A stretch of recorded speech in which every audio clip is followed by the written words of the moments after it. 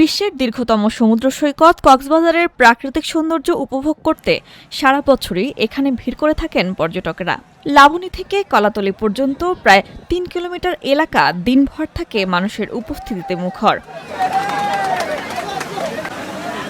সৈকতে নেমেই নোনা জলে স্নান, ঢেউয়ের সঙ্গে খেলা আর নানা আয়োজনে মেতে ওঠেন পর্যটকরা। তবে এর মধ্যেই একটি বিষয় বিশেষভাবে চোখে পড়ে। পর্যটকদের মধ্যে দেখা যায় নিজেদের ভ্রমণের মুহূর্তগুলো ক্যামেরাবন্দি করার প্রবণতা। বিশেষ করে যারা প্রথমবার সমুদ্র দেখতে আসেন তাদের আগ্রহ যেন আরও বেশি। আর সেই চাহিদাকে ঘিরেই সৈকত জুড়ে সক্রিয় হয়ে ওঠেন একদল ফটোগ্রাফার, যাদের আয়ের প্রধান উৎসই পর্যটকদের ছবি তোলা। পর্যটক থাকলেও গরমের জন্য আর ছবি এত গ্যাসে তুলতে চাচ্ছে না, তো আলহামদুলিল্লাহ যা হচ্ছে আলহামদুলিল্লাহ ভালো। কাঠবিহীন ছাড়া অনেক ফটোগ্রাফার আছে, আপনার কিছু ফটোগ্রাফার আছে আপনার বিভিন্ন প্রান্ত থেকে আসছে, ওদেরকে 10টা ছবি তুলতে বললে ওরা 100টা ছবি তুলে দেয়। জেলা প্রশাসনের পর্যটন সেলের তথ্য অনুযায়ী পুরো সৈকত জুড়ে বিচ ম্যানেজমেন্ট কমিটির কাছে নিবন্ধিত ফটোগ্রাফারের সংখ্যা ৬৭০ জন।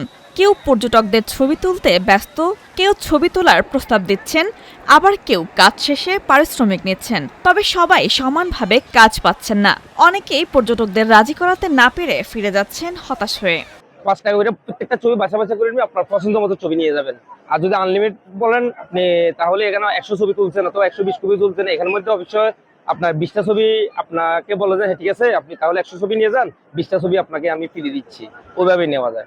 এদিকে কিছু পর্যটকের অভিযোগ, পেশাদার ফটোগ্রাফারদের কাছে ছবি তুলতে গিয়ে প্রতারণার শিকার হচ্ছেন তারা। তাদের দাবি, নির্দিষ্ট সংখ্যক ছবি তোলার কথা বললেও অনেক সময় অতিরিক্ত ছবি তুলে জোর করে বেশি টাকা আদায় করা হয়। এ কারণে অনেকে নিজের মোবাইল ফোনে ছবি তুলতে বেশি স্বাচ্ছন্দ্য বোধ করছেন।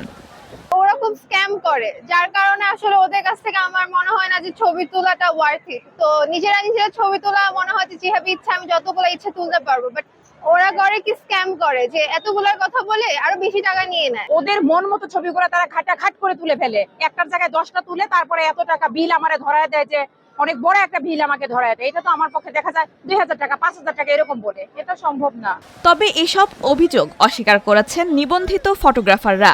তাদের মতে সৈকতে অনেক অনিবন্ধিত ব্যক্তি প্রশাসনের নজর এড়িয়ে ছবি তোলেন এবং তারাই মূলত এ ধরনের অনিয়মের সঙ্গে জড়িত।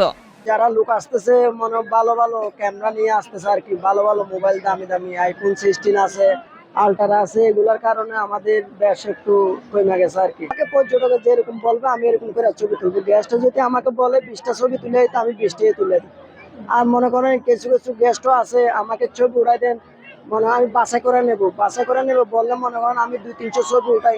এই বিষয়ে বিচ ম্যানেজমেন্ট কমিটির পক্ষ থেকে জানানো হয়েছে, পর্যটকদের কাছ থেকে কোনো অভিযোগ পেলে তা যাচাই করে ব্যবস্থা নেওয়া হয়। অভিযোগের সত্যতা প্রমাণিত হলে সংশ্লিষ্ট ফটোগ্রাফারের অনুমোদন বাতিলের মতো পদক্ষেপও নেওয়া হয়েছে অতীতে। আসলে তো ক্যামেরাম্যান নারা আসে কোথায় থেকে এসেরা এই অন্যায় কাজগুলি করে থাকে। এ ধরনের কাজ যারা করে বা করে থাকে এদেরকে এনে আমাদের কর্তৃপক্ষ যথাযথ ব্যবস্থা গ্রহণ করে, যেমন সৈকতের কোনো সুনাম ক্ষুণ্ণ না হয়। পর্যটক ও স্থানীয়দের দাবি, যারা এ ধরনের প্রতারণার মাধ্যমে সৈকতের সুনাম ক্ষুণ্ণ করছে তাদের বিরুদ্ধে আরও কঠোর ব্যবস্থা নেওয়া প্রয়োজন, যাতে বিশ্বের এই অনন্য পর্যটন কেন্দ্রে ভ্রমণ অভিজ্ঞতা হয় স্বস্তিদায়ক ও নিরাপদ।